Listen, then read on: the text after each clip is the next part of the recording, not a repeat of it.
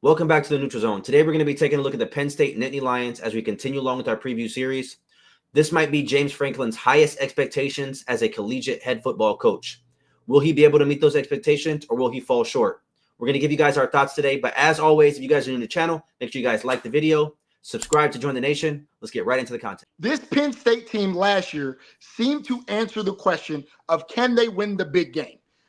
Obviously, if you guys search the internet, you're going to see time and time again that people are comparing this Penn State team to the Michigan team from 2 years ago and the Ohio State team from last year.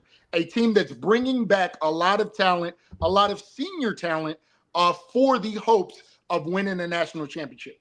The question is, can Coach Franklin, who again exercised some demons in the playoffs last year, winning some big games, can he do it and take this Penn State team all the way?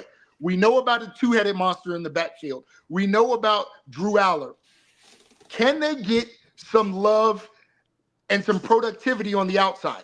Can Pena, who comes over from Syracuse, really unlock that passing game? Remember, this is a team that against Notre Dame did not have a pass to a wide receiver the entire game. And they lost their two best players, their best offensive player in Warren, their best defensive player in Carter. Can this team truly be the national championship contender that a lot of people are predicting them to be? Stephen, what's your thoughts? So I think it's, all points are very valid. You lose Abdul Carter and you lose Tyler Warren. We did the Michigan video yesterday, and I thought Colston Loveland was the best tight end in college football, but Tyler Warren was a very close second. He was their do-it-all guy on the offensive side of the ball in the pass game. You said that they couldn't pass the ball to wide receiver in the semifinal, which was all true. And I don't think their wide receiver room is any better than it was last year. You bring over Pena, but this is a completely different, magnitude of expectation from where Pena is coming from. I think Penn State is magnified this year with the semifinal loss by 3 to Notre Dame, with the 7-point loss to Ohio State. So you lost by one possession to the two teams that played in the national championship game. Your other loss was by 8 to a team that was undefeated throughout the entire season up until their loss in the Rose Bowl. So when you look at the totality of their season, I think Penn State kind of took they took a massive step forward as far as their program goes last year. They did lose their defensive coordinator, but they brought in the defensive coordinator from Ohio State, Jim right? Knowles from Ohio State. So I'm interested to see how that works out because it's going to be a different scheme. And I don't know why Allen would leave to go to Clemson when you're moving laterally. We talked about that already on a previous preview. While Knowles would leave Ohio State to go to Penn State, but it's very weird. But just to kind of get into their breakdown, we talked about their offensive production in the receiving room. You bring back Fleming. I know he had that catastrophic accident this offseason, so I haven't really heard much from him. He's not playing at all the whole year. Julian Fleming's not playing. Oh, wow. When did they come up with that? Yeah, I think Julian Fleming graduated, but he's not playing this year. Oh, well, pardon me then, Penn State fans. I didn't know he graduated. Makes sense because I feel like he's been in college ball forever. Harrison Wallace transferred, so he's no longer there. And then you lose Tyler Warren. But now that there's no Julian Fleming, that even makes my case even a little bit stronger as far as who's going to be in the wide receiver room. And I know it's going to happen. I say this every video. Penn State fans, I know you guys probably know all 8 or 10, 12 receivers that are on the depth chart. I don't know that many people on Penn State because, for one, they didn't even pass to any damn receivers in the semifinal game. So don't tell me that you guys are loaded. But you do bring over 3 wide receivers from, other programs. I think Devontae Ross was a 1,000-yard receiver, if I'm not mistaken, at the group of 5 level. We did see a few wide receivers make that jump from the group of 5 to the big leagues, the Power 5 over the last few years. Jamari Thrash did it from Georgia State to Louisville, and that was the year where I predicted, a really good season for Louisville. So I just want to pat myself on the back for that. So I think he could do that in this offense. Trevor Pena from Syracuse, again, this is a different magnitude of what you're playing in the Big Ten with national championship expectation. And then Kyron Hudson moves from USC. He wasn't the guy at USC, but he's a talented enough wide receiver to get an offer from Lincoln Riley, and Lincoln Riley is an offensive mastermind. So I do like the Hudson signing as well. But I think at the end of the day, what this team is going to come down to is, can the defense get enough stops, and can the wide receiver room produce enough to where people aren't putting 7, 8, 9 players in the box to stop this dynamic duo at running back I think Drew Aller is a top 5 draft pick projecting right now. He's a Heisman hopeful, all this, this type of conversations. But at the end of the day, I don't think a team like Penn State, and again, Penn State, don't get mad that I'm saying this. I don't think a team like Penn State can win a national championship without a passing game. I don't think you're in Michigan where you can run the ball for 19 straight plays and continuously dominate other Big Ten teams with that style of play. I don't think they're a team like Georgia who can solely rely on their defense, like I predicted a few days ago, to win you the national championship game. Because I think the Penn State defense is good, but you have a new defensive coordinator. Not to say Jim Knowles is the bad defensive coordinator, but it's still a new system that he's implementing with arguably half of the defense, leaving with Jalen Reed, Winston, Kobe King, and Abdul Carter. Abdul Carter was your do-it-all edge rusher. He was in the pass coverage for a little bit. I mean, he was doing everything. So I don't know what the Penn State, I'm not gonna say their ceiling, because I mean I know what their ceiling is that I put, but I want to know, like, besides Penn State fans, because we understand Penn State fans are gonna say our ceiling is to win the national championship. I want to know from your perspective, if Penn State won the national championship this year, would you be surprised?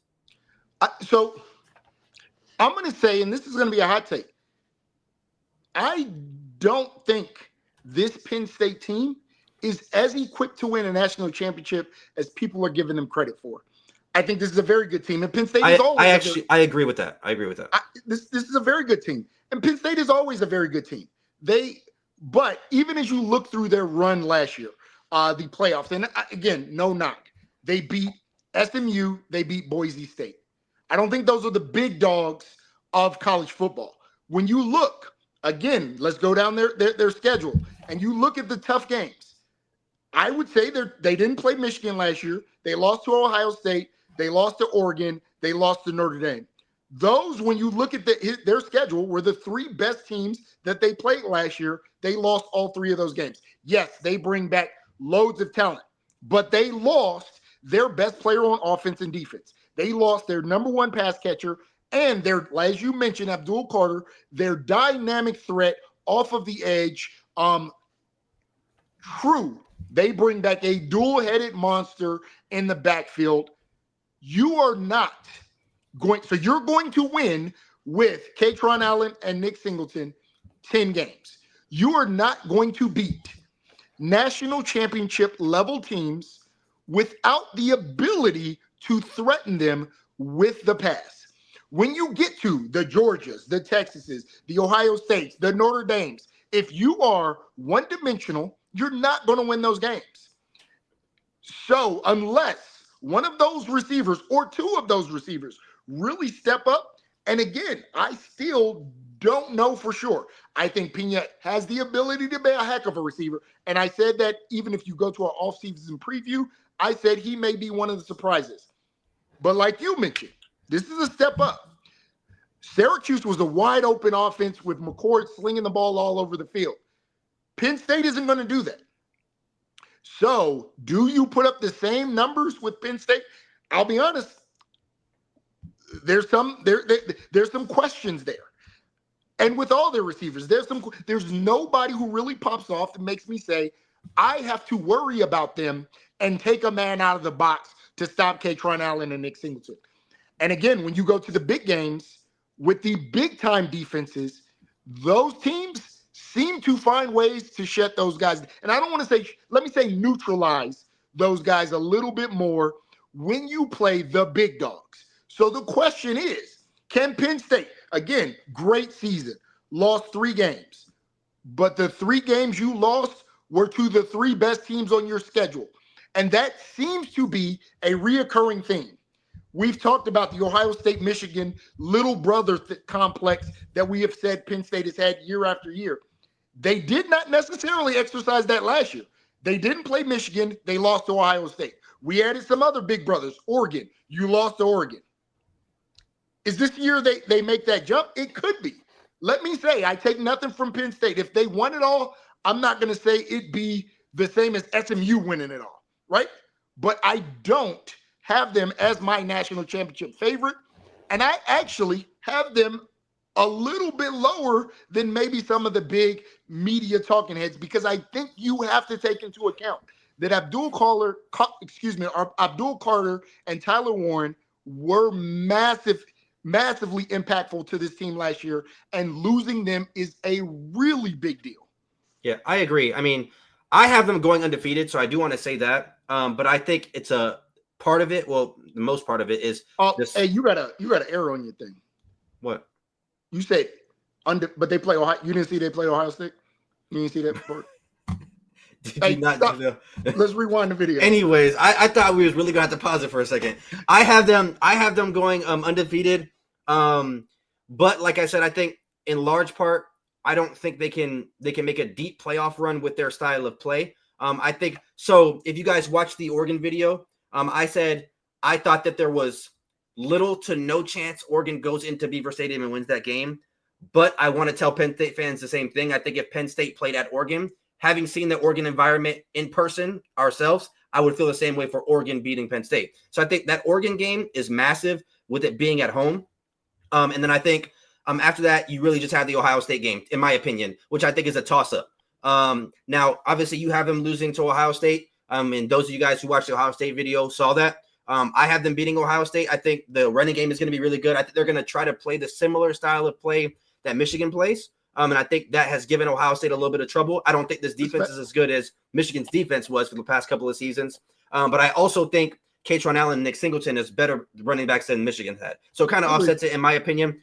But I have them going 12-0. But again, I think it's the same conversation that we had about other teams previous. I think it matters who you play in the playoffs, because I don't think this team can beat a Georgia. I don't think this team can beat a Texas.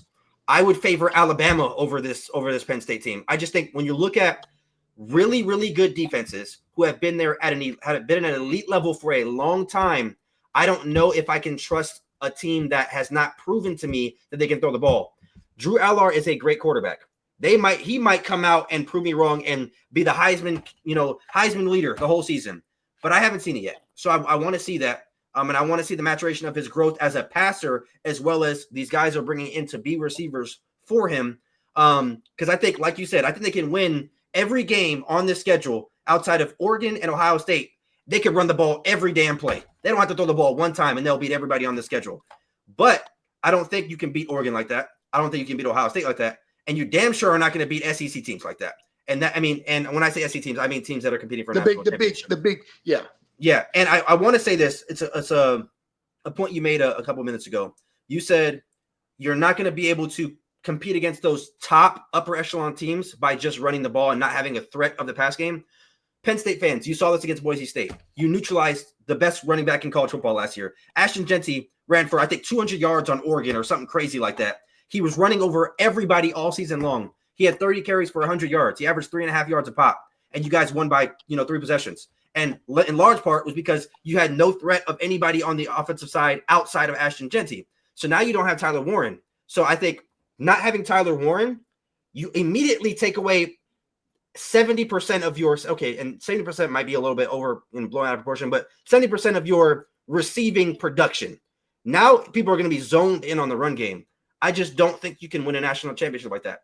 I would love to be proven wrong. I love parity in college football. If Penn State wins a national championship, again, this team did nothing to me. I don't hate Penn State. I would love for Penn State to win a national championship. If Clemson doesn't win it, obviously, it wouldn't bother me. But I think I've also been on record. James Franklin is one of my favorite coaches in college football. So I would love to see him succeed and kind of take that next step in the Big Ten and as a collegiate coach. But again, I think it's going to come down to the wide receiver room and can the defense consistently, and I don't mean against the Nevadas, FIUs, and Villanovas. By the way, that is a piss poor out of conference schedule. I don't mean against them. I mean against the Ohio States, the Oregons, the Michigans, the Georgias. Can you consistently stop another good offense? I don't know why I said Michigan. Another good offense and win a game only by running the ball. That's what we have to wait and see. Yeah, Penn State has notoriously done a good job of beating up the little guys. And I absolutely suspect that when I say their floor is 10-2, I believe there's 2 games that I'm even concerned with because they do a good job of beating the teams that they are favored to beat. What they don't do a good job is beating teams where they're not the favorite or the talent is equal or that team has a little bit more talent. I'm concerned about the Oregon game But I feel like at some point, Franklin has to break through. I'm concerned about that Ohio State game. And playing at the shoe, again, taking the fan out. Yes, I'm an Ohio State fan. Everybody knows that.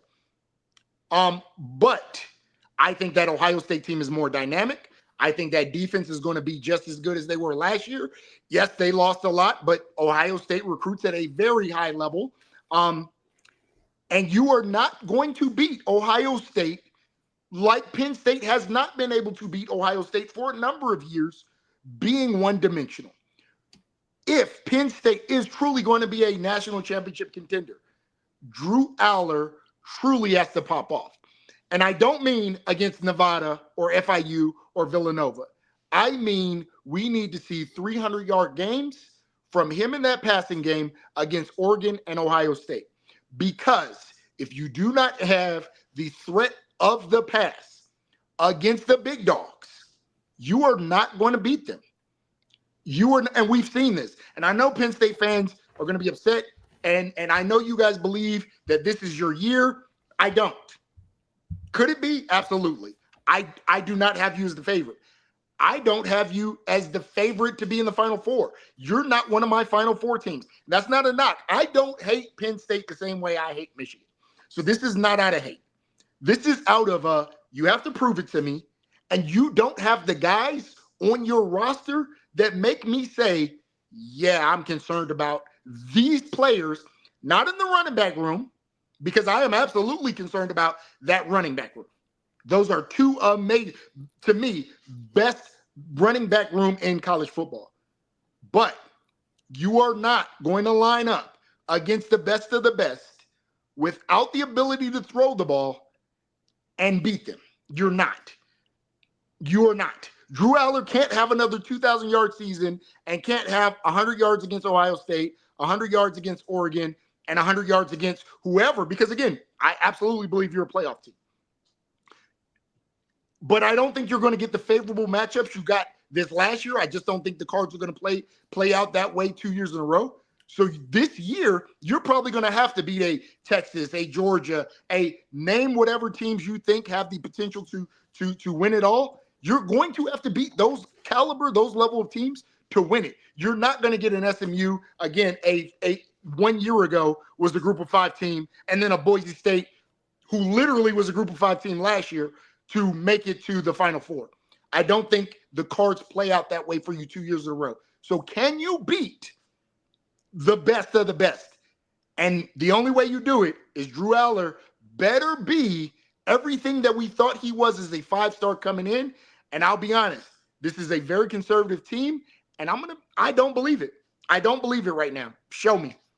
Yeah, I agree. I look forward to hearing what the Penn State fans have to say in the comment section. They're going to be mad. Yeah. We'll see. But as always, make sure you guys like the video, drop your take in the comment section, and subscribe to Join the Nation. We'll see you guys tomorrow. Peace out. Peace out.